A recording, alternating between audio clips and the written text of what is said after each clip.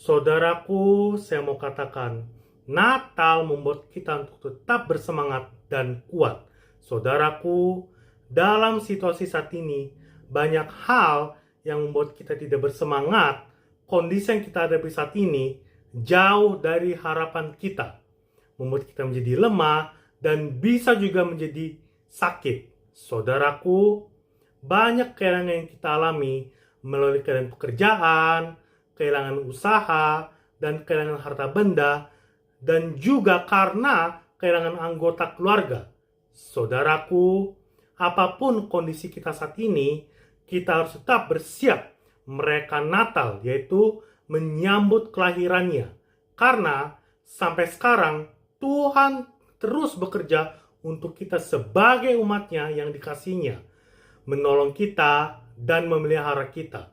Saudaraku, firman Tuhan berkata dalam Yohanes pasal 5 ayat 17. Tetapi ia berkata kepada mereka, Bapakku bekerja sampai sekarang, maka aku pun bekerja juga. Saudaraku, pada saat menghadapi prenatal, kita harus lebih mendekatkan diri kepada Tuhan sehingga kita memperoleh hikmat dan pengertian bahwa ada saatnya kita harus sabar, tenang, dan berserah, bahkan diam, dan Tuhan yang bekerja. Tetapi ada waktunya juga di mana kita yang harus berjuang, bertindak, dan Tuhan yang menyertai, dan kita yakin Tuhan tidak pernah meninggalkan kita. Saudaraku, tanpa hikmat dan pengertian, maka kita akan bisa salah dalam mengerti pekerjaan Tuhan, sehingga kita bisa mengalami hal-hal buruk seperti bisa stres, tidak bisa maksimal, dan juga kehilangan rencana Allah dalam hidup kita. Justru sebaliknya, ketika kita menyadari bahwa Tuhan terus bekerja untuk kita, maka kita mengerti bahwa kelahiran Tuhan Yesus yang kita peringati melalui Natal mengajar kita untuk kuat dan bersemangat.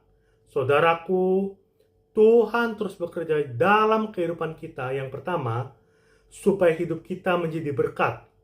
Saudaraku, ketika kita kuat dan bersemangat, maka kita fokus pada pertolongan Tuhan dalam hidup kita. Seperti Maria dan Yusuf.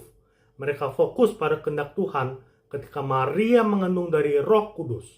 Saudaraku, rencana Tuhan dalam hidup kita adalah untuk memberkati kita, menjadi berkat dan kemuliaan bagi namanya. Yang kedua, Tuhan bekerja untuk menolong kita dan berkenan kepadanya. Saudaraku, ketika Tuhan menolong kita, maka kita bisa berhikmat untuk berbicara, menyampaikan hal-hal yang berkenan kepada Tuhan. Saudaraku, kita juga bisa mengendalikan hati dan pikiran kita agar selalu fokus kepada Tuhan. Yang ketiga, menguatkan kita untuk melawan pekerjaan iblis. Saudaraku, pekerjaan iblis adalah membuat kita merasa tidak berguna, tidak berharga, dan bahkan membuat kita merasa putus asa.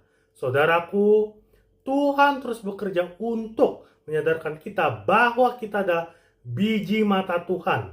Jadi, hidup kita berharga di mata Tuhan dan segala perkara dapat kita tanggung di dalam Dia. Saudaraku, Tuhan masih bekerja dalam hidup kita. Mari kita rayakan menyambut Natal dengan penuh pengharapan dan sukacita. Tuhan Yesus memberkati kita. Haleluya. Amin. Immanuel.